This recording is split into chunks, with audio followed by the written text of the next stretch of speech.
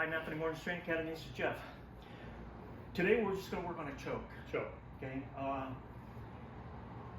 Keeping in mind, chokes usually more incidental. Okay, sometimes they're accidental, but most of the time they're incidental.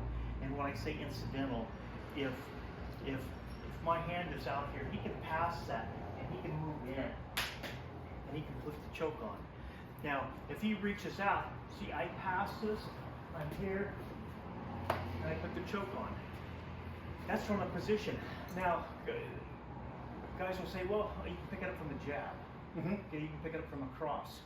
If you're that fast. Right. Okay. Now, sometimes you get hit with the jab and you can pick it up off that line. Sometimes it may just be, I'm just pushing here, one, and he'll sneak in and he'll go. Now, one thing to keep in mind, guys, on this choke, that when I position here, right here, I don't want this elbow sticking out.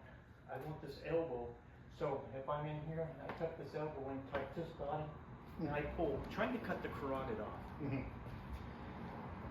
The more room I get away from your body, The less strength you have. the less strength I have, okay? And it should take, when I was in the sheriff's office, it would take me about 3 seconds to buckle Choke somebody out. Right now, did I leave it on? Did I leave it on, take it off after 3 seconds? No.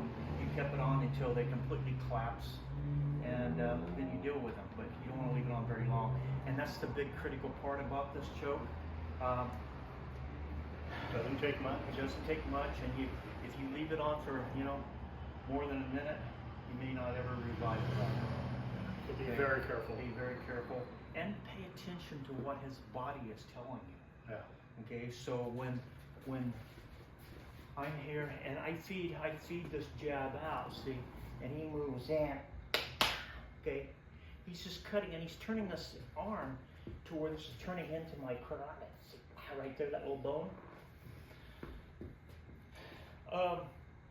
And off of this, sometimes, come back over here, sometimes if I'm in here and maybe I'm here and I start to elbow here, see, he can pass that elbow and he can get in, he can choke.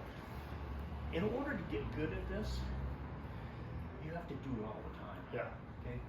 And my background being jiu-jitsu, it's one of those things that I'm comfortable doing all the time. Yeah. Okay. I mean, I've put it on so many guys on the mat that it's just kind of like it's automatic. When you're on top of them and they're trying to do this with your hands, and you just pass their hand and you put them in a choke. It works really, really well, but you have to practice it. Yeah. Okay.